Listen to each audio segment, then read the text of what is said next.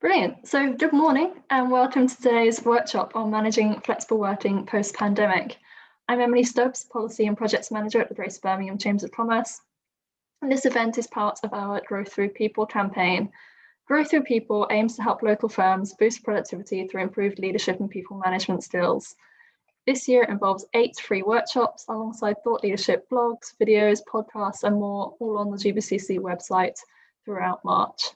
The campaign will end with a virtual conference on the 30th of March, which will feature a mixture of inspirational keynotes, thought-provoking panel discussions, and practical workshops.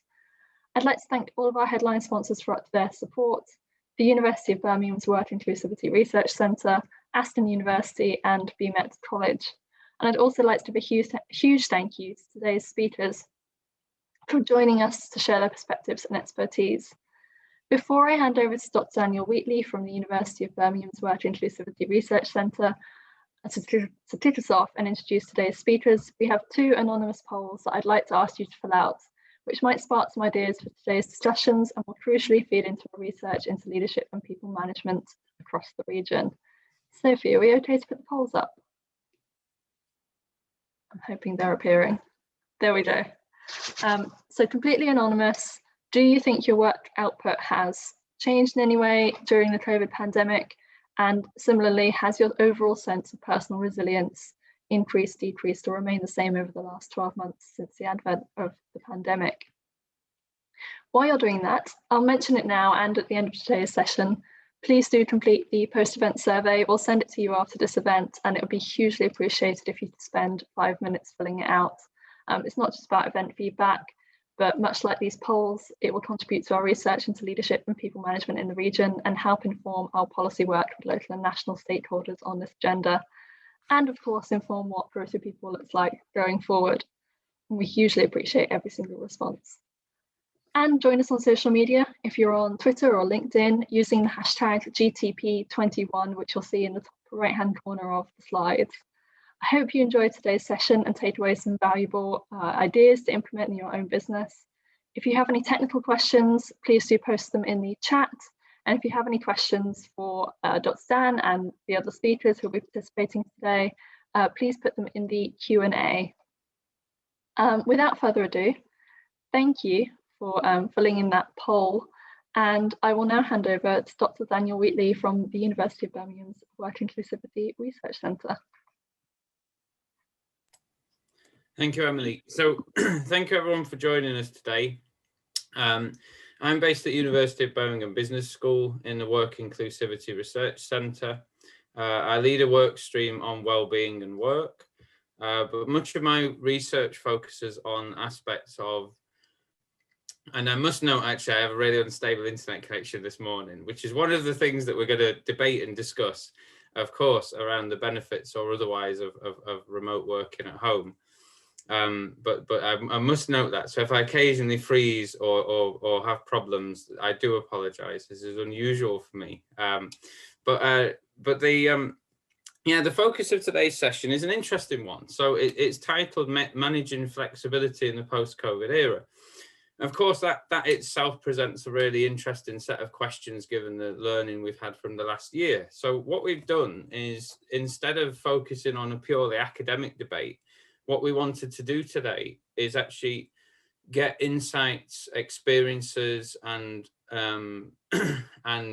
understanding around this from a number of different organisations. So I'm very pleased to say that we've been joined today from representatives from 4 organisations, and we're going to hear from each of them this morning. And then we're going to offer the chance for you throughout the session to pose questions to each of the speakers, and at the end of once everyone has had a chance to speak, we will do a bit of a Q&A session so we can kind of cover those questions and respond to them as best we can. So I would like to just introduce our speakers briefly. And then I'll just give a little bit of a contextual introduction to the session.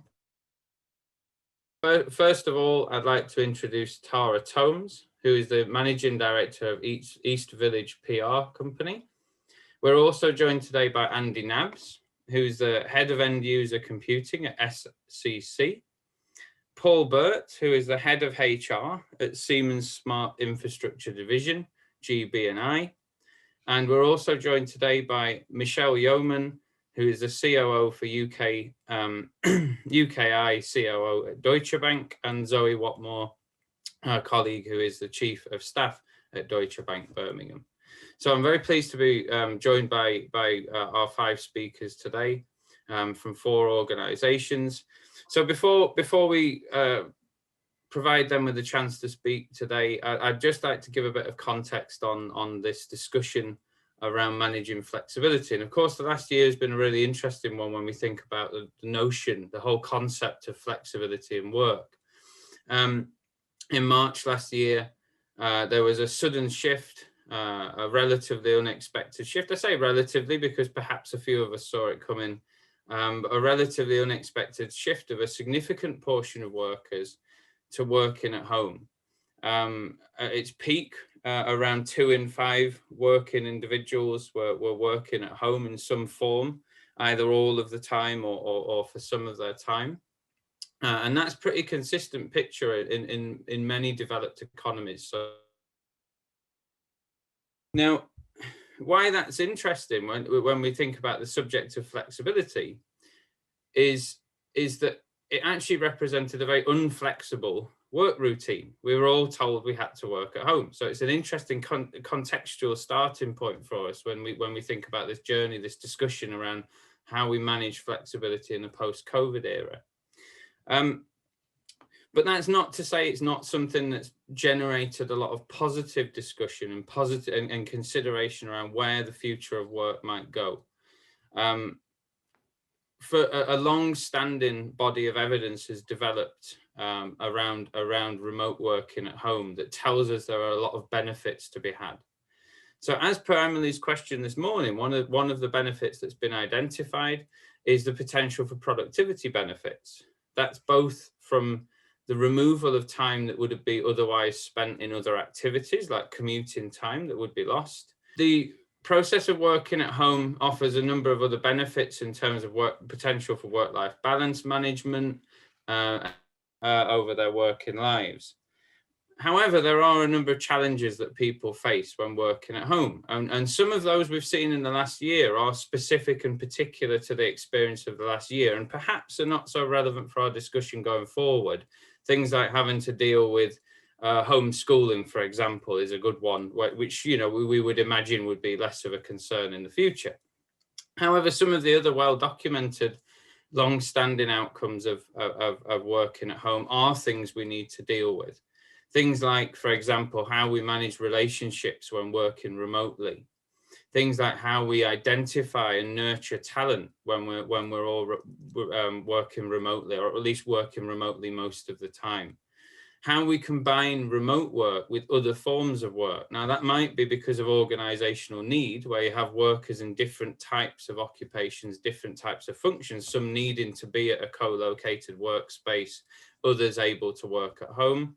Or it might be a management of workers who are working remotely some of the time and working at a co-located space at other times, as we sometimes call a hybrid work mode.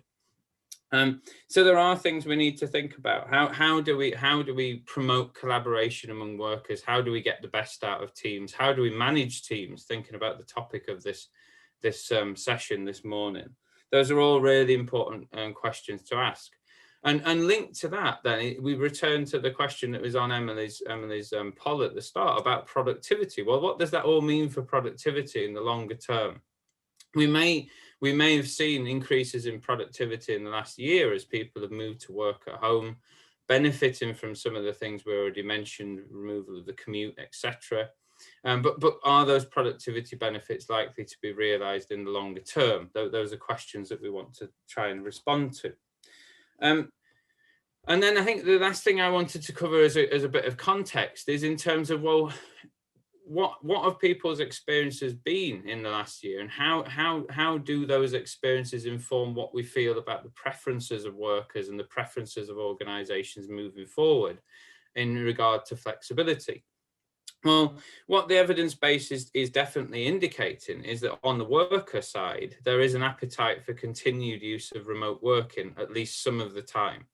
So a number of different data captures have identified that, from understanding society data to data collected by the ILO, the International Labour Organization, and indeed research that was conducted in the Work Inclusivity Research Centre by a couple of my colleagues, Holly Burkett and Sarah Forbes, with other colleagues at a couple of other universities, who also found a similar pattern of workers indicating this continued preference to work at home, at least some of the time.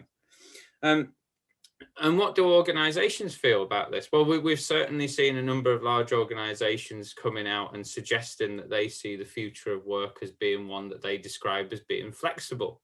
And I guess that is where I'll launch into our panel members' individual experiences and reflections on the last year, is to ask, well, what do we think about this notion of managing flexibility in the future of work? What that discussion?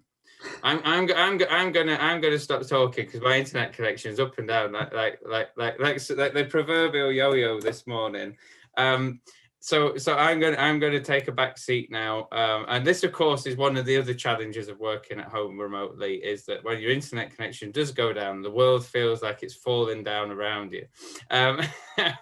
So I would like, without further ado, to hand over to Tara Tomes, who'll offer her insights and reflections on the last year. Morning, thanks everyone. As Dan said, I'm Tara. I run a PR agency called East Village. It's been quite 12 months, hasn't it? So perfect segue, I guess, in terms of how we've dealt with flexible working. Now, I guess my first caveat here is we're a small team, so that ability to be agile and to be more flexible is easier operationally. So I start with that point. As a business, you know, when I set up East Village kind of over 7 years ago, I always wanted it to be centred around a team and team culture. And anyone that has heard me speak before or sees some of the things that I write, I talk about, that's more than just, you know, wearing trainers to the office and Friday drinks. You know, for me, team culture is about, how does that team feel? Are they happy? Are they healthy? How do they perform? So that has always sat at the heart of East Village. A couple of years ago, you know, I've always been a boss that's like, cool, if you got to wait in for an ASOS order and come in 20 minutes late, that's fine, as long as you get your job done. So we have a very open culture in that way anyway. So I think that's why the last 12 months have potentially been slightly less challenging for us on that side.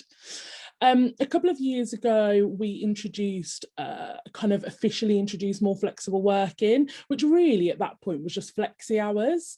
And that was as a result of one of the team came back. She was the first person to go off and have a baby. She came back to the business, and it was just a really informal discussion. And that is where I think a lot of this can stem from. As Dan said, we've been forced into this point around working from home, but actually now moving forward, how do those informal discussions with colleagues help shape the way that you manage a team and grow a team and build the way that it works? That's really, really crucial to me. So we introduced these flexi hours when one of our team members came back from maternity leave. I'm really of the mind, you know, our business should work for the people's lives that work for us. You know, they shouldn't have to completely fit into the business. But that said, I also don't think there should be any discrimination, even if positive. So that was a choice that the team was able to have across the team, whether they had children or not. And I think that's a really important point as well. For people making decisions about what happens post-COVID, you have to be really conscious. Yes, we are all now so much more respectful of parents and understanding their struggle. You know, for years, parents have told us, I'm struggling with this because I've got to go and pick up a sick child from school, or we're managing childcare. But now we've all really, really seen that in the public domain. But how do you also keep that fair balance for a team that doesn't all have children? How do you make sure now that it doesn't just feel like parents who get those working from home or flexi benefits? So that is something I think is really, really crucial. So last year, obviously, we were all forced to work from home. We actually started working from home the week before lockdown started. Now, prior to that, I was the only member of the team who actually really liked working from home. I found it was more productive. I was just much, much happier doing that. I love the team environment, I love being there, but working from home really worked for me. I've got a really young team, so they were really, really apprehensive about what it meant. Actually, you know, it was super easy operationally. We all work on laptops anyway. We have things like Slack and Zoom. That bit was super simple for us as a business. But it was them adapting to not feeling that office environment. You know, we're a very close team. It's a really fun environment. How do you make sure that, especially in those early stages where people were working, you know, on their ironing boards in 1-bedroom flats and all of those sorts of things, how do you suddenly make sure that they feel like they have a good working environment? And that is something I think is really going to come through as those restrictions lift. You know, it was okay that everyone just worked from home and no one really asked any questions about, well, what was their setup? You know, is it good for their overall health? We now have to refocus in on that. And if you are offering that as a benefit, you've got to put some time into somebody going into their workspace and checking they have everything that they need. That's really, really crucial. So that is something to be really mindful of. But I do think we have a real opportunity to do things differently. So last year, obviously, we paid, like everyone else, for an office on Cornwall Road to just sit empty for 6 months. You know, we lost 50% of our revenue in that first week of lockdown. And then I refused to kind of give in. I had one day where I was like, okay, I'm a bit done. But I refused to give in. I didn't put anyone on furlough. We didn't have any government support. We just ploughed on. And actually, we've had some of probably the most successful 12-month period we've ever had in our kind of 7 years. But there was a decision that had to be made around our office. Our lease was coming up in September. So again, it was a conversation with the team. All of a sudden, everyone really just felt happier. Definitely, you know, Dan talked about removing that commute, and there was something in that. No one realised they didn't love the commute, me included, really. And I've worked in London as well, so, you know, I understand the kind of slog of the commute. No one realised the drag that has and the monotony of that. So suddenly people were happier and healthier, even though we were in a pandemic. Yes, lockdown does factor into that, you know. Outside of the lockdowns, we've been able to work together once, twice a week. We've worked in coffee shops. A couple of the team did Couch to 5K together. Me and a couple of the other girls did weekly exercise classes together. So we still had those social interactions. And when we decided to give up the office last summer, it was a collective decision. And I made it really clear that this was about the short term. You know, I got a lot of stick for giving up the office, predominantly from corporates on Cornwall Road who said it's businesses like you that will be the death of city centres. Well, there are a couple of things there. This is not the death of the office. It's actually a really exciting future for what working looks like. You know, we never before would have considered having a member of the team who lived elsewhere in the country, whereas now we are all on Zoom all of the time. And whilst we do get that Zoom fatigue, it's just opened up those possibilities. Likewise, you know, we never would have done pitches for clients that wasn't in person. Now, this acceleration of digital is just a given. So I think we have a massive opportunity to look at how we work. It's not about no one will ever go into an office ever again. But for me, the ability to work flexibly, and you have to look at what flexible means to you and your organisation. That is the most important thing.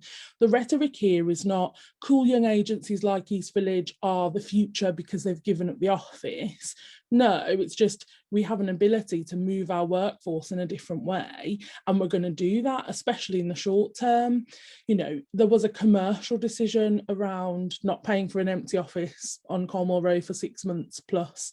You know, we'd already done that, and actually since then I then reinvested that money, and now we have an unlimited training budget and people got pay rises. So I think there definitely is a communication level as well with the team when you make some of these important decisions, that actually I made a decision, we made it together, and I took that step, and it was something that collectively benefited everybody. But equally, as restrictions lift and we come out of things, if they want an office environment again, now I think we just look at something different. Is it a permanent office space? Do we have more hot desks? You know, I don't want that rigorous Monday to Friday, 9 to 5, everyone feels like they have to be in an office. But I think where people get a bit confused, they think that this working from home environment, this embracing flexible working is the death of the office, and you're forcing people to work in isolation. Well, no, that's what lockdown is. That's not what flexible working means.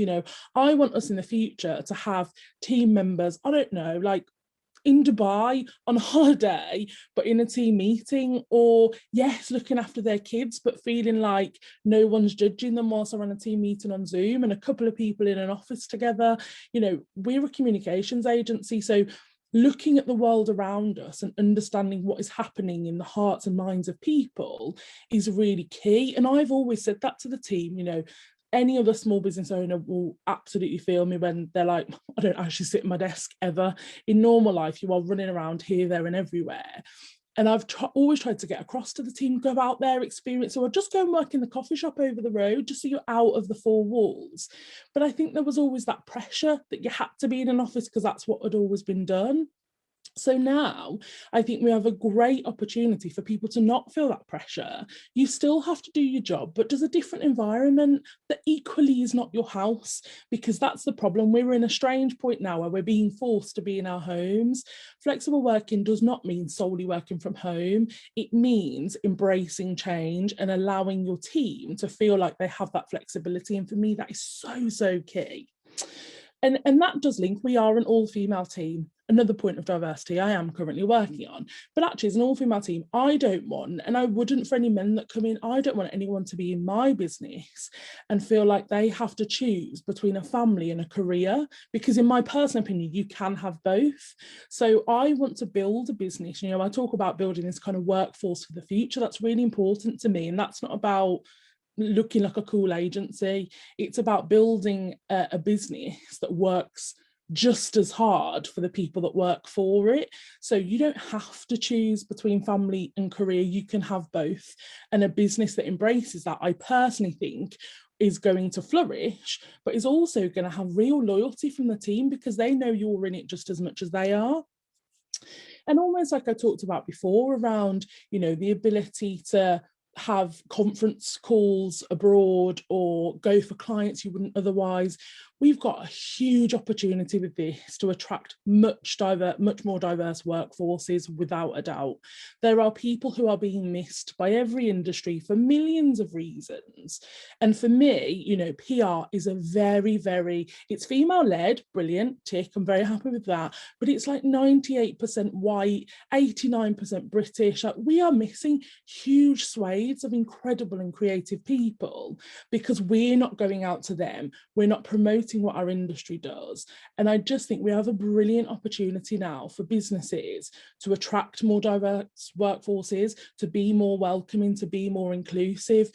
Part-time carers, people with other responsibilities who thought that the 9 to 5 was not for them. Actually, it can be, but in a really different way. And it doesn't have to be a Monday to Friday. I think that is a huge opportunity for me. And I think, I am someone who I love change. I see change as a bit of an adventure. So I get that optimism probably makes this whole thing a lot easier for me. But I have seen so many businesses in those periods between lockdowns force their teams back because they had an office and it had to be used. That for me is unbelievable, and everything we should have learned from this past 12 months. You should be understanding what's your office space for. For me, absolutely is about creativity and that collaboration piece. But now think about how do you manage your team? How do you spot that someone looks down on a team Zoom call? What does that look like? For us, we have Happy and Healthy, which is our it's kind of our mental health policy. We do a lot around mental health, kind of short touch points, but also more structured support. That goes into everyone's 3-month reviews anyway. So just make sure you've got people in the team who are buddies with each other, and we've got a head of happiness, and it might be little gifts in the post. It might be bringing people together. It's having a one-to-one call. Those water cooler moments can still happen. I think when you've got a younger workforce, it does also help. But for me, the technology is there for us to 100% embrace a new future. It is not one thing or the other. This for me is an evolution of how we work, and that is absolutely how I see it. Thanks, Tara. That's brilliant, and thanks for those insights. I think there's a lot of discussion points there that we can come back to at the end. So that's brilliant, and thanks for your contribution there. So if I can now hand over to Andy Nabs, please. I'm just in awe to start with, Tara, because you did the whole of that without breathing. Good morning, everybody. My name's Andy Nabs, and I work for SCC, a mid-tier IT company, mid-tier SI company based out of Tyseley in Birmingham, who invested heavily with a strong heritage in the Midlands, with over 2,000 people in our campus area. What I'd like to talk about today is kind of cautious confidence. Now, what do I mean by cautious confidence? About 12 months ago, I did a similar session for the Chamber of Commerce where we looked at emergency ways of working from home at the start of the COVID crisis. And I think, to echo some of Tara's kind of sentiments, a lot of what she said I've got in my discussion points this morning. But, you know, it's been a long time since this pandemic started, 51 weeks, 1 day, 8 hours, 30 minutes if you're counting. Well, I was, to make sure that, you know, we had something that worked to actually get us over the line. What we've witnessed is a massive shift, though, in business culture, from being tied to that office or on the road traveling to customers for those face-to-face meetings, to a kind of a shift right, full kind of convergent digital economy, all in the space of 12 months. We're seeing people's shyness disappear, because let's face it, before the pandemic, who would have thought that everybody would have been on video conferencing? People were shy. They didn't want to see the face on a screen. They'd rather IM somebody or talk to somebody on a phone. I mean, IT managers have had to adopt to change rapidly, bringing together disparate networks, creating secure remote platforms for work. And it's in these kind of areas that we see a lot of insights. I think when I did the presentation a year ago, I came up with some stats that we'd recently commissioned around the modern workplace, which are quite interesting. And I'd like to kind of just revisit those, just to look at what we said a year and a bit ago to what they actually mean now. We looked at 67% of people said they can't work from home because their organizations restrict home working. IT managers said that they calculated 10% of their workforce would have the ability to work remotely, while 90% would be tied to an office. I think we've probably seen that whole thing flip now, and it's more like 90% working remote, 10% stuck in the office. So what's changed? Is it the businesses now looking at different ways to work?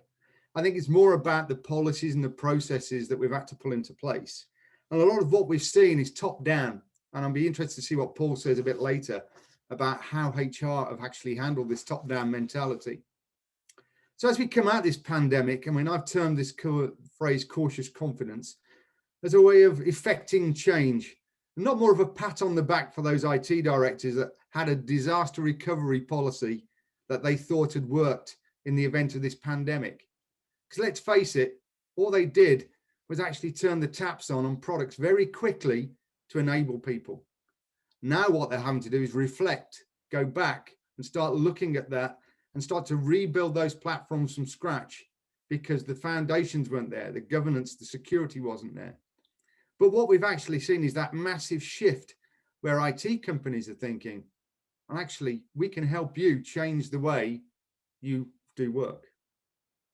If you look at what Microsoft have recently said, they've announced a massive initial growth in their Teams platform since this time last year, and I wonder why. I mean, if you look at that and Zoom, I think they've now got over 117 million users of their product. Great for Microsoft. But obviously what they've done is allowed people like Microsoft to accelerate the way they're changing work. Let's face it, we are trend followers. We follow the way that the IT companies bring products out. And only recently, they brought out in the last 3 weeks a product called Viva. Now, Viva is based on the Teams platform. It's more around the customer experience and employee well-being. So there's a lot of things they're doing that they've learned through the pandemic that they've accelerated in their own product launches, which is going to help people change. I think my colleagues at SEC would probably agree with me. They've spent the initial 3 months from March onwards deploying things like Teams, Zoom, and displacing old products and instant messaging and telephony, but more influencing things like video conferencing and rooms as a service is where we're going to see things going. Everything is as a service and commoditized. We're also seeing things like Teams from Microsoft becoming a platform, not software, but a platform of choice for moving forward. And we see people now developing their telephony to link in with their video conferencing equipment. They're looking at the ways they can link in their applications to this platform, which means you then have a standard way of collaborating that people have now suddenly got used to and can continue to use as we move forward. I would like to bring probably the conversation back to other areas that we all forget about when working from home. And again, back to Tara's comments about the isolation of working on your own and the issues and the complexities that this has. And at least, looking at things like your well-being. I'm sorry to bring up things like Microsoft again, but they were an exemplar during this period. And what they actually did is turn around to all of their employees and said, right, you have 2 hours in the week where you just turn everything off. I want you to just go away from your desk, go away from your work, go for a walk, just think about things, and then come back and start again. And what they were doing was trying to bring out that kind of well-being. And again, Tara, I think you echo this, and I've seen this on social media. Companies have been sending out wellness boxes. There might be food boxes, there might be things they do online together, but it's more about that engaged employee relationship. I mean, putting people first is now a common theme amongst employees. And a recent survey I saw from Gallup said that 21% of organizations that engage with their employees and offer them a well-being service get a highly motivated and profitable employee base. PwC stated that 84% of companies had a new digital-based training program to boost employee recognition and status, which helped benefit from staff retention and better feedback. So, we're now in this changed world. We probably won't go back to the way we were. Many companies are now preparing for June the 21st with big parties as we now return to normal life and possibly the new normal way of work. And some companies are now looking at these milestones as a point of change. So bringing in new practices and procedures. We're already in that kind of seeing that explosion of things like automation and artificial intelligence with machine learning break into things over the last 2 to 3 years. That has been accelerated heavily over the last 12 months. And it's not dangerous because it's not going to reduce the impact on people working. It's there to augment what they're doing. And what we're seeing is we're now in that paradigm of the apps revolution, where we'll see some of the rise of in-house kind of power application development and the automation to streamline the ways we work. So what I and my colleagues see, and we've engaged with more and more with customers, are the trends, and I think I've probably got 6 trends I want to talk about very quickly. I think we need to reimagine teamwork, and we change the culture of the way businesses are. And if you reach out to your employees and ask them the basic question, going back to the ways that we were working before or move to a fully remote working, I think you hit it on the head earlier, we'll end up with that hybrid mix. The more I talk to employees of businesses and leadership teams, many still miss that social interaction of being in the office. As we said, the water cooler effect. Although you can IM someone, there is no real replacement for a casual discussion with your colleagues around the office because you get more done. Second one is that kind of time versus culture. And again, we're not now kind of tied into that Monday 9 to 5, 37.5-hour week. And what we want to see is where the Gen Z users, these new workers coming in, they want the flexibility to work when they can, or when they want to do things.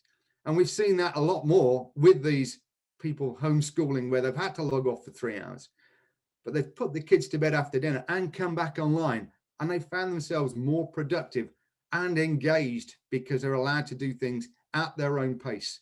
Again, this comes back to culture, but primarily it comes back to, and this is going to be one for Paul a bit later, the trust element. I mean, how do you know that your employees are working? Can you gauge productivity for a remote worker? other than checking, are they logged on? Are they doing this? Are they on their email? That is big brother mentality. We've got to get away from that and become more trustworthy around this flexible approach. Looking after the mental health of employees and well-being wasn't a headline agenda before the pandemic. You know, it's been brought more into focus. And what I see is HR now need to possibly change their approach to looking after employees. It'd be interesting again to hear what Paul says about that one. I experienced that 7 years ago, and I'll come into that a bit later when I worked for British Telecom. But I did mention earlier on about learning platforms and empowering users to better themselves. A lot of what we've seen is that customers have opened up these learning platforms. Why? To give people something to do in the pandemic where they're locked down and have nothing to focus on, but also to better themselves. And if you look at LinkedIn, the amount of people that have popped up with a badge for this, a badge for that, I've got trained in this. It's been great to see people develop their own interests and take away probably a change in their career as we move forward. I mean, the recruitment market since January has become very, very buoyant. And we need to do a lot more now to retain that talent inside our organizations. So how do you go about retaining that talent? Again, you offer a lot more flexibility in training, investment in people, and a lot more things you can do. I think one of my old HR colleagues stated it costs 3 times as much to entice a new person to your company than it does to retain them. So why aren't we doing a lot more about that? Why aren't we developing these things from that level? When you have these highly trained individuals and you start to get them to work, you start to look at the amount of data these people are creating. Analyzing that data, not just from a pure business perspective, but from a well-being perspective, also helps you understand, are you doing the right things for your employees moving forward? Understanding the way that data is stored is a great one. So as we move from that kind of on-premise, and I call this kind of the green revolution, we see a lot of people moving their infrastructures from their old twinkly light data centers up into the cloud. The whole digital economy has started heavily and has rapidly been accelerating in the last 12 months as we've seen people move from that static base up into the cloud. And we're now in that consumption-based market. As part of that consumption-based market, we see a lot more going back to this kind of Gen Z thing. Gen Z being the next generation of people. They're coming out of school and university as self-coders. They're being taught how to use systems better. And what we're going to see is a lot more of these employees create applications and better themselves. And I want to hark to a presentation I saw in 2019, where I saw a young fitter from Autoglass develop an application on a Microsoft platform that negated the need for 5 manual forms that he then had to take home and fill in. And when he actually rolled it out inside the business, it saved Autoglass 1.2 million in that first year. I hasten to say that guy now is an IT person. He heads up a team of young developers building the next generation of IT, building the way we change and develop applications and the way we move forward, which is great. I want to quickly go back 12 years ago, just if I can, and look at the way my own career was affected by home working. I worked for British Telecom at that point where they decided that 60% of their office space wanted to be shut down. They wanted to get rid of it overnight. Why? To save operational costs. So suddenly we're all ended up with, here's your work from home contract. Well, yes, we had, wasn't called broadband then, it was called connectivity. Yes, we all had ISDN, but now obviously broadband given to us as free. We were given an allowance to set up your home office, to get your desk, get your chair, make sure everything was health and safety ready. And then we started to look at the ways we could work and interact. This was before the days of massive collaboration tools, and we did miss that water cooler effect. So you ran into the office once a week, anywhere you could find a desk just to meet up with people. Nowadays, you don't need to. And what I'm saying is that a lot of what we're going to see and we're going to see in change is going to be driven by this need to work from home, that flexible hybrid work from home, but the ability to claw that back. I know the government keep giving you money for things, but a lot of people weren't aware you could claim back a lot of your tax code allowance for working from home for the last 12 months. I was only told about this just before the tax return time, which is great. but it means that you can start to gain benefits from working home, not directly from your employee, but from the taxman as well. So business is expected a lot more now, and we've seen a lot more around the conference call approach where possible, replacing face-to-face meetings. And I think my customers have got used to the fact that I don't need to travel 4 hours for a 22-minute meeting. And I think the modern workplace has shifted. So just to kind of summarize what I wanted to say, I'm a firm advocate for change. And I think the term cautious confidence is the way I can see the IT industry moving out. So employees, you need to ensure that you're looking at their needs. Retaining key staff will be a benefit if you have a flexible working policy. Technology will move forward with you to actually help boost productivity and help you with that flexible working. But you need to plan for the future, plan to innovate and drive adoption, invest heavily at this time, and work with the correct partner. SEC, we're here to help you. So thanks for that. I'm now going to pass back to Dan. Thanks, Andy. That's excellent. And I particularly enjoyed that you actually posed some questions for our next speaker, which is great. So we can make a beeline straight in. If I can introduce Paul Burt from Siemens, please. Thank you. Good morning, everyone. Yes, so I'm Paul from Siemens, head of HR for our Smart Infrastructure division. I could probably use up all my slot this morning just answering Andy's questions that he posed to me, but hopefully if he bears with me, and maybe some of it will come out in what I want to say, and if not, maybe we can pick some up in the Q&As. So what am I going to cover in the next few minutes? I want to share a bit about Siemens in the UK's approach to flexible working pre the COVID outbreak, because we've been doing a lot over many years, as you can imagine. I'm also going to talk about how COVID created this natural acceleration to remote working, which colleagues have already talked about, and share some initial reflections on working from home, challenges and what we've done and so on. There's also been a new Siemens global philosophy that was developed during the year of, the last year of COVID. So I'll give you a little bit of a flavour of that, and also sort of bring you straight up to speed with what we're facing at the moment, and how COVID is continuing to shape what we consider new normal, or whatever that might be, whatever it turns into. Dan and Andy have both mentioned hybrid models for flexible working, and clearly one size doesn't fit all, and so that is something that I think we ought to be considering. So what was Siemens UK's approach to flexible working pre-COVID? Well, strategically, we'd already recognised the need to develop more flexible solutions. And as Tara had said, it's about creating a culture where people felt more in control of their own working arrangements. And this was back in 2018. And we wanted to create something that would reach out to more diverse groups and to promote a more inclusive working environment. Again, both Tara and Andy have talked about, that inclusive working environment.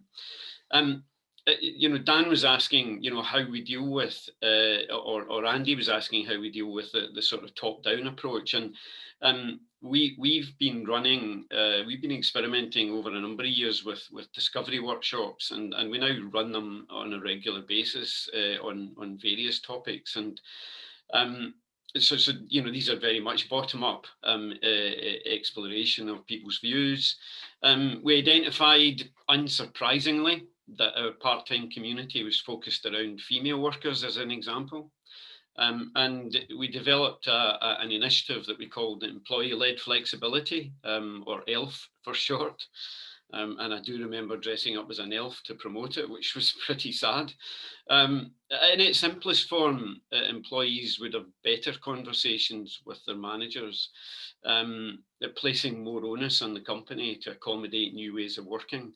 And that was new ways that would better suit employees and their individual circumstances. So from 2019 into early 2020, we were already running successful pilots around the UK. And then, of course, hit us in March 2020. country was thrust into lockdown, and our total flexible working became a reality as everywhere else. And it meant that, and we did have skeptical managers who were procrastinating over ELF, and they suddenly found themselves having to deal with this new way of working.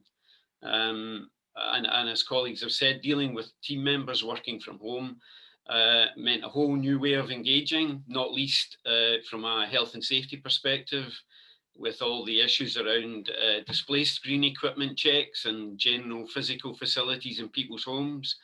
And again, in the future, that is something that we're probably going to need to address in even more, give it even more attention. Under the current regulations, we are in what's called a temporary situation with regards at home working. That won't stay that way for much longer. I think somebody mentioned one of the biggest challenges has been maintaining mental well-being with many individuals, and especially those living alone, finding the lack of office and workplace social engagement, the water coolers, they've been finding that a real problem.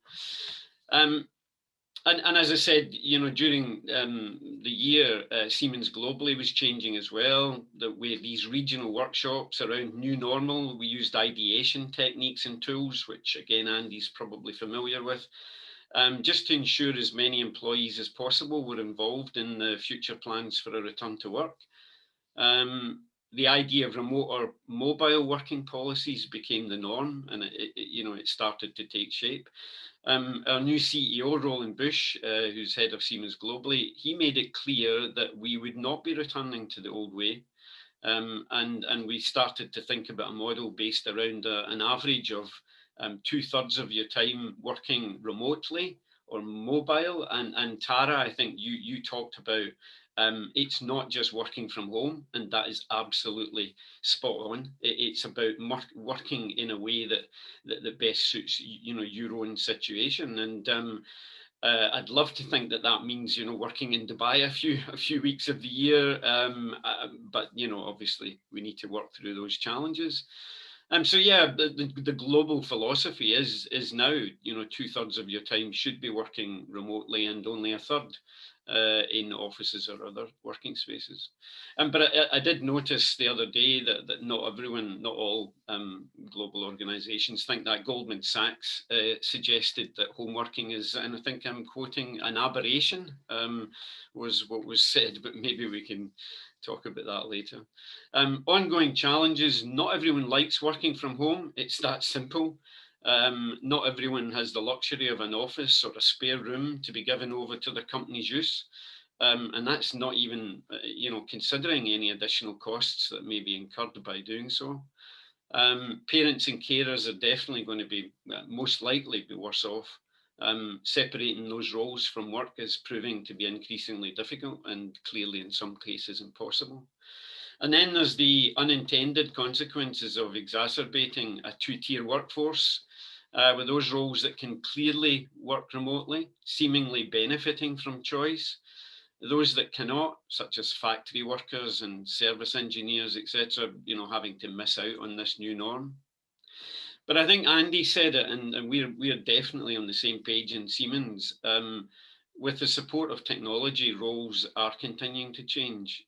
What might once have been seen as impossible to work remotely is now becoming not only possible, but commonplace. And things like equipment maintenance and servicing is more and more being done on remote diagnostics and remotely. There's some really exciting new augmented reality solutions that are going to allow senior commissioning engineers, for example, to be virtually present while they're supporting a technician on multiple sites on the same day. And switching to more automation, as Andy has said, in our factories, with much more robotics and robotic programming and coding for machinery that's able to be worked on remotely. That even means that factory and manufacturing roles are going to change going forward as well.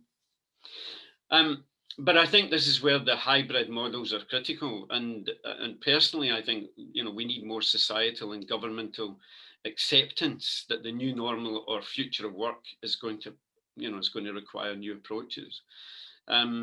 And recently, again, whilst I'm sure it was with the best intentions, I'm not in agreement with our Prime Minister, who thinks that home working or flexible working will disappear overnight, post-COVID. Nor, as I said earlier, am I a particular fan of David Solomon, the CEO of Goldman Sachs' view that home working is an aberration. As with most things in life, what's needed is a healthy balance, where companies work towards providing their employees with an environment that offers options.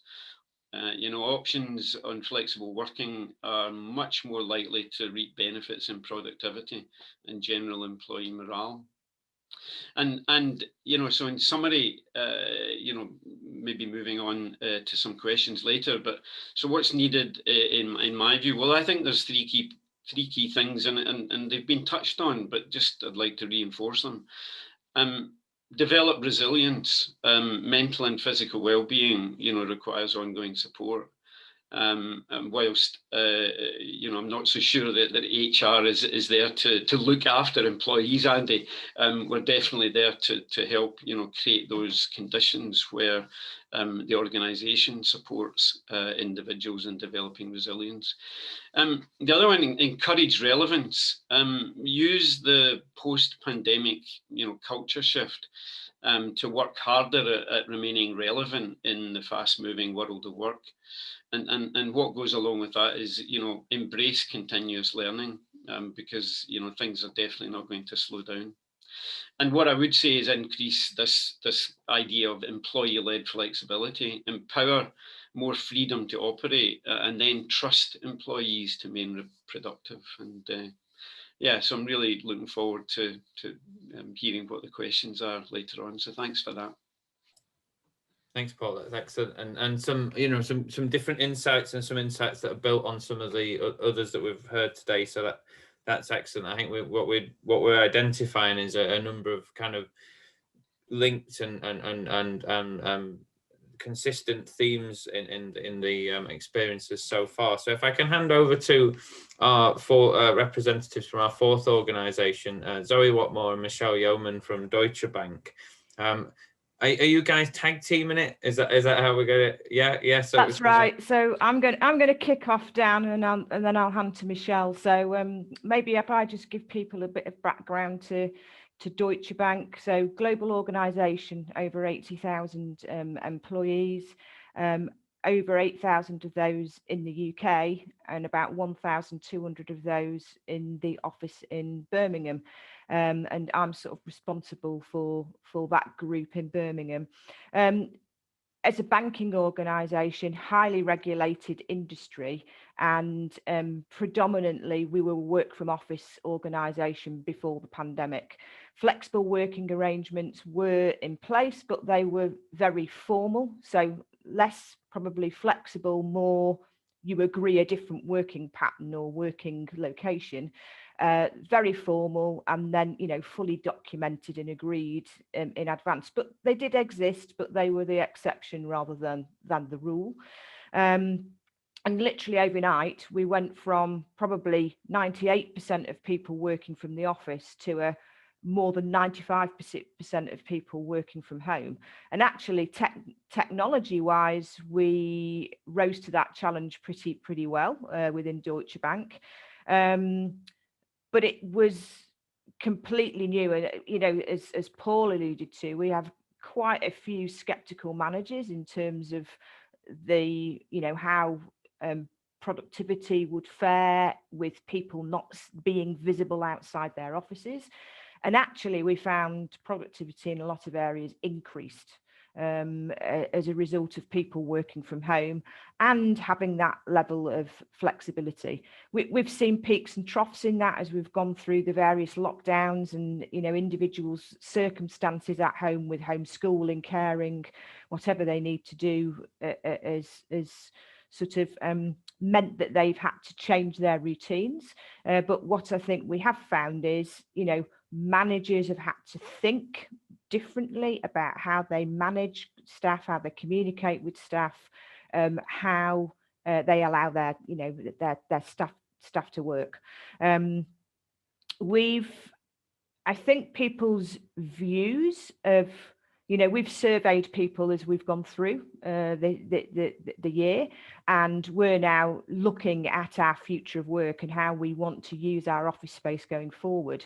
And we had, very much a flip of people's views from pre-pandemic of, working from the office was people's main preference, to now very much people want that hybrid of sometime working from the office, sometime working from home. And off the back of that, as a company, we're embracing that and saying, right, what's that going to look like?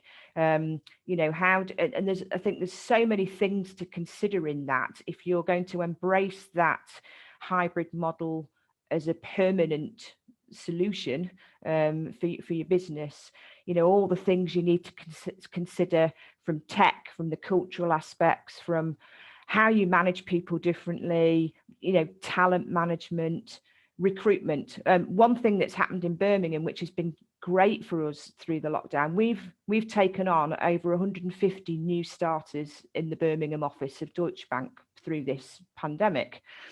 So we've got over 150 people who now work for our organisation who've never been to the office.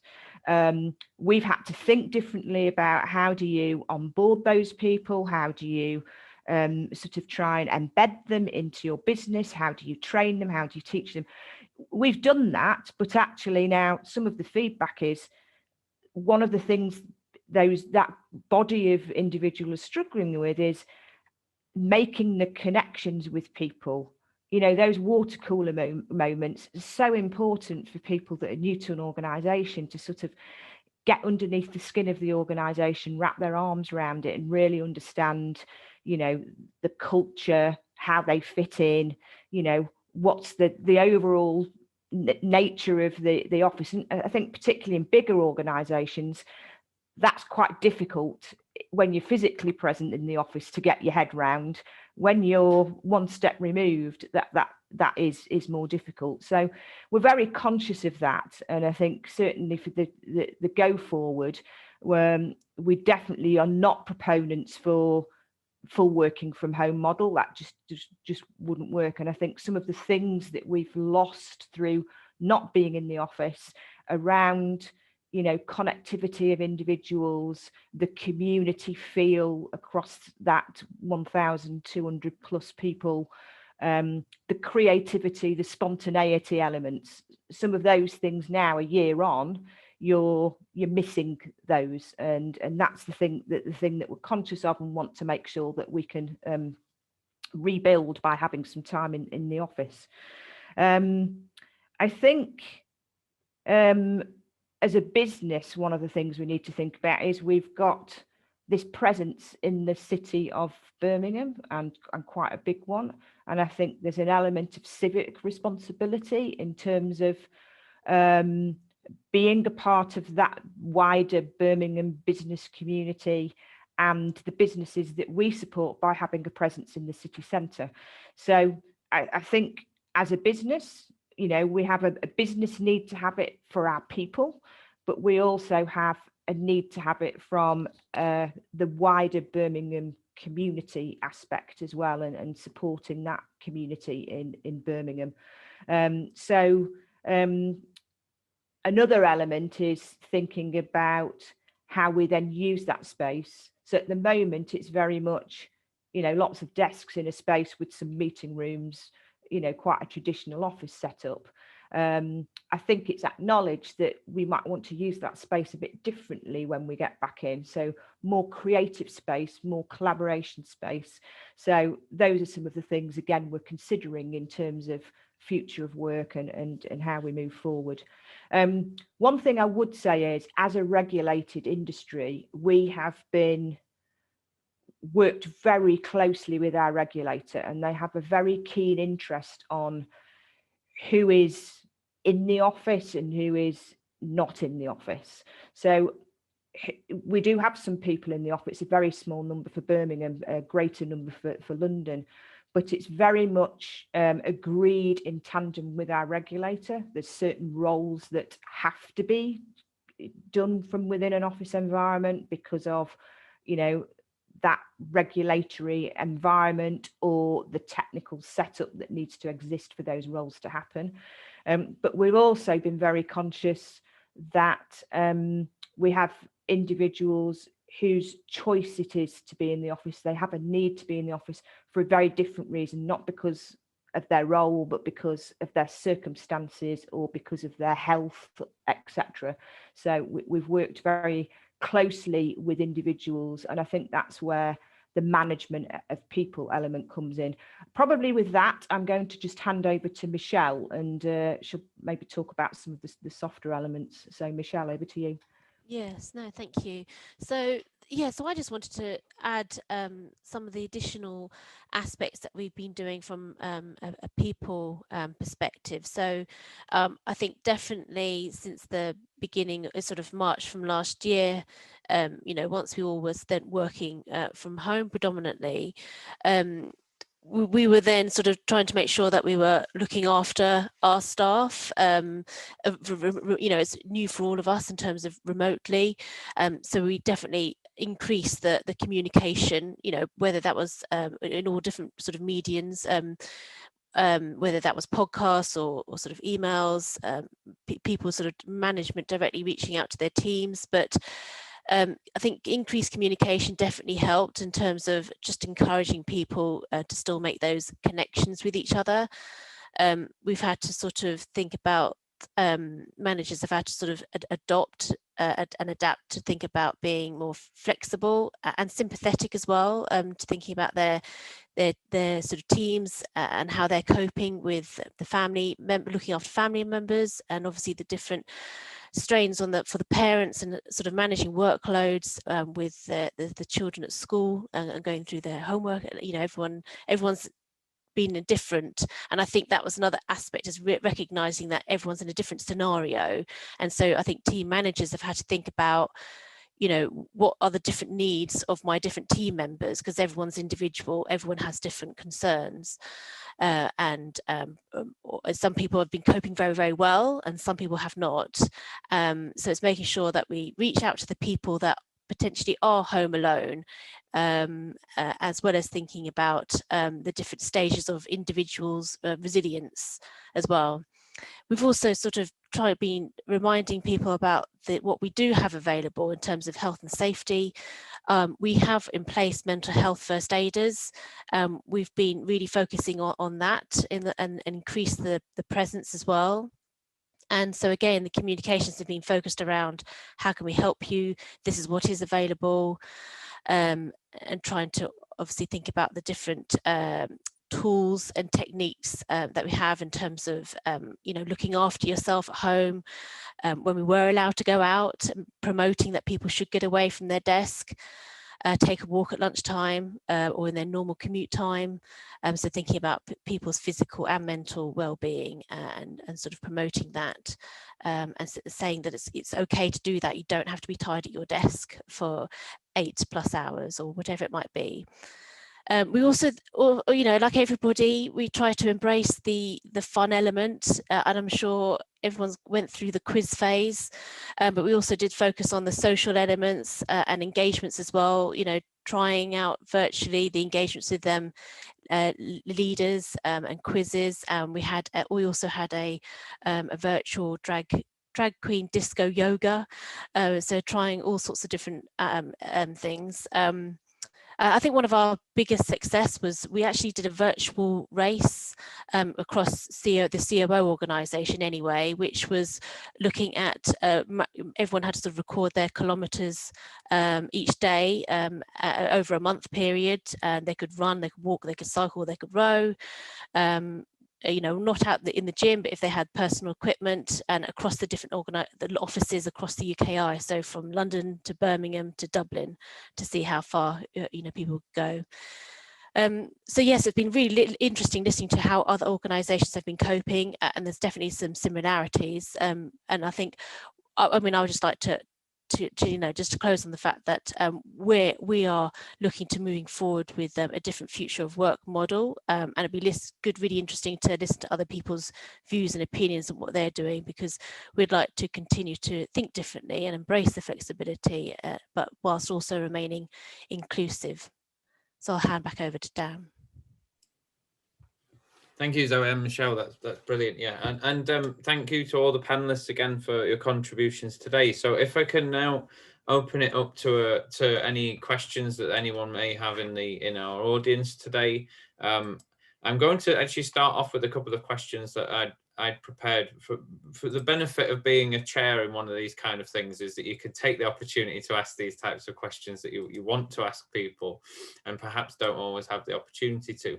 So I'll start off actually with one that's perhaps slightly, in a way, maybe it's playing a bit of devil's advocate with the idea of a hybrid work model where we return to some degree to a physical workplace separate from the home, combined with home working, which is how do we think that we can effectively manage that? So I think one of the things that perhaps, if we're all thinking along the same lines here today, is that what we would probably be concerned about is the potential for a kind of snapback outcome where everything very quickly reverts to exactly the previous model it was, under the pressure primarily of peers. So if everyone starts going back to the office and getting in early, and thinking about an office environment as an example, and getting in early and getting their desk and getting kind of staking ownership over a space, kind of territoriality creeping back into the workplace very quickly in terms of routines. How can we manage that so that we can effectively promote a hybrid model that means people can work at home and can work at the office and can choose to combine those two together? How do we negotiate that kind of challenge? Anyone want to start us off with that? And Paul, yeah. Yeah, I'd love to. But first of all, I need to qualify a comment I made earlier on about the fact that HR don't look after their people. Or what I was meaning was, it's not solely HR that looks after our people. It's everyone in the organisation. Yeah, I think it's interesting. We're taking quite because of the new philosophy around about the 2/3 working in a remote or in a mobile way versus the 1/3. Siemens are taking quite a tough view on the new office of the future, where the idea of your own workspace. I mean, it's a transition, obviously, but the idea of your own desk, is going to be resigned to the past. I think that we're already configuring our offices now to take account of a much reduced number of people coming into the office. Sadly, I think we all recognise that this kind of pandemic, it may not be the last time that the organisations need to take action, to protect the workforce. And the whole idea of social distancing, I think is probably here to stay to a degree. I think governments are being very cautious about what they say and how they view that. But my personal view and listening to the experts is that there is a strong likelihood that there will be a need to at least be mindful of social distancing. We've obviously, like the rest of the country, not had any flu out. There's not been a flu outbreak. Guess what? People are adopting social distancing, and so therefore our factories are not going to go back to. They're not going to go back to changing the layouts to not be socially distanced. So our office environments are going to change, and so that in some respects that will be. I suppose a top-down change that will be imposed on the workforce, because we just will not want to have as many people in the same locations as before the pandemic. So yeah, I think things are going to change, you know, in a way that insists that people or in a way that people you know, will want to embrace that change between the office time and the remote time. Thanks, Paul. That's excellent. So we had a couple of questions come into the Q&A. So if I deal with those then at this point. So first of all, we had a question from Tom Hadley, which was changing the way people are managed is a big theme.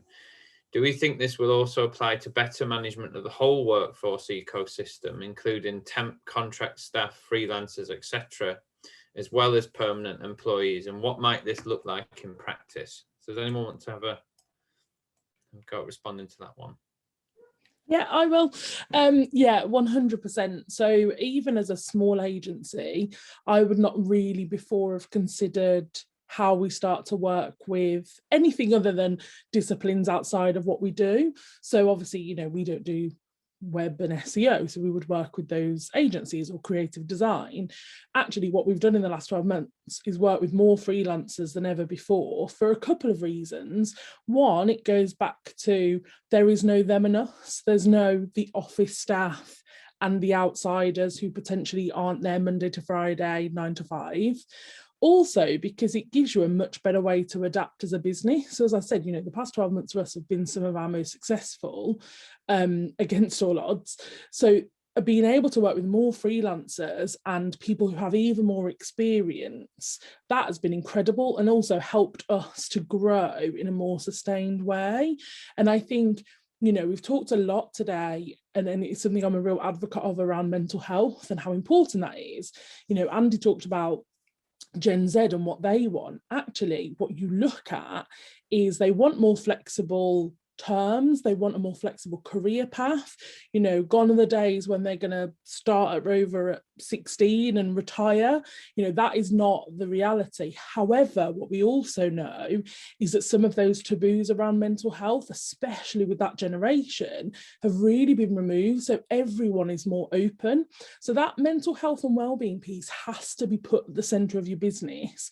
And I think this is the bit that will really benefit temporary staff, freelancers, anyone outside of that typical office environment, because I think before we made an assumption it was all done in appraisals and over the water cooler. So if you didn't have either of those things, you were missed. Whereas now we've got to have a more holistic approach. And, you know, I don't want to sound hippie-ish, but it's genuine. And I think for all the managers, and we know, you know, a couple of people have referred to the managers who are a bit skeptical about this new way of working. Okay, so for those managers, they have to see the commercial benefits. They have to see the performance-led benefits of having a team that's more flexible and happier. Then for everyone else, they've got to understand that this is not just a policy. It's not just a strategy for this year, like it's genuine. So, you know, as a business, we've talked about training. We, even as a business, have mental health first aiders. We offer for all of our team, including freelancers, including anyone, you know, even interns, anyone can have access to free counselling through things like Able Futures and Living Well. That's available to everyone here and every business. And it's those benefits you've got to look at. And then as a business, you've got to start looking at, okay, how do we capture how people feel? You know, someone touched on resilience. I actually think what this period has taught us is that everyone needs to be really understanding of how they feel as well. And I'm not sure that's something lots of people have been conscious of. So how do you look at things like resilience training for the whole team that benefits them working with colleagues, but they understand themselves? And I think once you start to monitor things, you know, we've signed up something called Lumion, which is weekly quizzes to the team, just checking in on how they feel. And actually it's an anonymized report that then comes to the manager to say, okay, there are a couple of themes here, and here are some suggestions for things you need to look at. I think those sorts of things should be accessible to everybody, be them temp, be them freelancers. You know, it's easy technology and easy conversations that no longer just have to be for the office staff. So I think there's a huge opportunity to make sure that we better manage the wider workforce 100%. Thanks, Tara. That's brilliant. So if I can ask a question that's been directed to Zoe, and Michelle might want to input on this one as well. So it says here, Zoe mentioned taking on 100 more staff. So I wondered how the panel sees staff recruitment changing, particularly the interview. Previously, face-to-face interview was a key stage in recruitment, looking into a candidate's eyes, do they have a firm handshake, etc. So over to you, Zoe and Michelle. Yeah, so certainly for us, I would agree. In the past, face-to-face was a large part of it. We would precede that, prior to the pandemic, with phone calls and video initial stages to the interviewing process. I suppose we've just expanded that all stages now happen through phone calls and video calls. I think it's very unusual that we don't get on a video with somebody. Most people that we're talking to do have video capability. I would say it's an absolute minority where we don't have that opportunity, I suppose, to still look them in the eye and see them face to face, albeit virtually. But I would agree. I think there is an element of some loss of not being able to meet somebody physically one-to-one. But what I would say is, I think the mechanisms that we've been using with the phones and the video interviews, we haven't seen any degradation in the quality of the candidates that we're recruiting. And in actual fact, we've seen really good pipeline of candidates coming through in Birmingham. So, we've had great recruitment off the back of using those different techniques. Thanks, Zoe, that's brilliant. And so if I can direct the next question perhaps toward Andy, how do you feel flexibility works for a sales team with office open hours and customer facing roles such as account managers that customers expect to be available during certain times? It's quite weird. I was actually just typing the answer in the box there for you. Oh, all right, okay. Well, there we are. When you look at this, it comes down to that trust element again. I see salespeople and account managers working flexible hours, and they always have done, to get a deal across the line. And it all comes down to that, having that relationship with your customers, because customers themselves no longer are actually 9 to 5, Monday to Friday. And if you've got that kind of relationship that's open, you're having conversations at 6:30, 7 o'clock with them, because that's when they have the ability to chat for an hour. So I think it's the trust element, giving them the tools to do the job that allows them to connect, video conferencing being one of them. And also diary management that comes down to it. But it all comes down to trust and actually that changing culture. So it's not just about 9 to 5, Monday to Friday anymore. Yeah, I absolutely agree. I think that's it. I think the reflection on job design is an important component of some of this kind of discussion around the future of work and how we see jobs being structured and what's expected in terms of an output. Moving away from a dependence on hours of work being the primary method of understanding someone's contribution.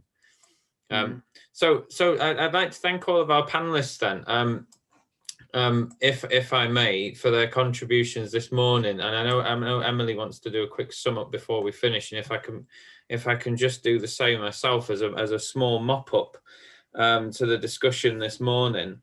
So I think quite a lot of common themes have developed through the discussion this morning around some of the real positives that we've seen in the last year through experiences of remote working at home, or indeed some form of hybrid models, depending on organizations and depending, of course, at the time of year when we could see each other and when we haven't been able to so much.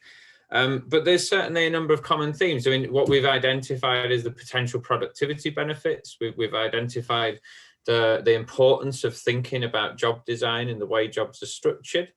We've certainly had a number of points made around the importance of thinking about employee well-being and how well-being feeds into all of these different dimensions of work, indeed in terms of the completion of tasks for a job, but also in terms of managing relationships, also in terms of nurturing talent, and in terms of thinking about how we manage flexibility in our workforces. I think it's fair to say that, one of the things that is very evident is that not everyone can or wants to work at home. And so some of the discussion, that's been raised in the last year from various different places has suggested that the future is everyone working at home. And I think what we're completely moving toward a path of is identifying that a combination of working at home with working at other locations, whether that's, as Tara mentioned, people meeting up in coffee shops or in co-working spaces, whether that's meeting at an office environment or some other type of work location, meeting colleagues in a more industrial location, depending on the sector, at certain points. And whether that's coming together frequently or whether that's coming together more infrequently for kind of events and conferences and those kind of things, that will differ.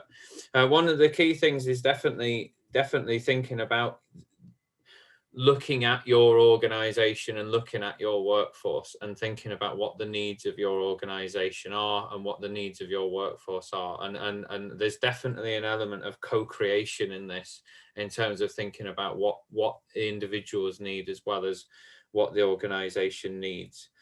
And I think that, to leave it there, I will just shamelessly plug that at this time we're in the final stages of completing an edited book. So if you don't feel like all your questions have been answered this morning, folks who are attending, then do please follow the link I'll put in the chat shortly. Order a copy, order 10 copies, distribute them around your workforce. It can only help. But beside that shameless plug, if I can just thank all of our panelists again for the contributions this morning. It's excellent to see you all, and really good contributions, really insightful. And I'll hand back over to Emily from the chamber. Thank you ever so much, Dan, and to all of our panelists. I'm just going to share my... So yeah, I just wanted to finish up by saying a huge thank you, of course, to our sponsors, including the University of Birmingham's Work Inclusivity Research Centre, BMET College and Aston University, but also a massive thank you to all of those of you who have spoken today: Dan, Tara, Paul, Andy, Zoe and Michelle. Your insights, like Dan has said, were absolutely invaluable, and I'm sure those watching it will agree with me. It was really, really interesting to hear from your different perspectives on what's obviously a very important topic that's, going to decide what the future looks like for all of us. So as I mentioned at the start, this event is part of our Growth Through People campaign. We have a few, with 7 events coming up.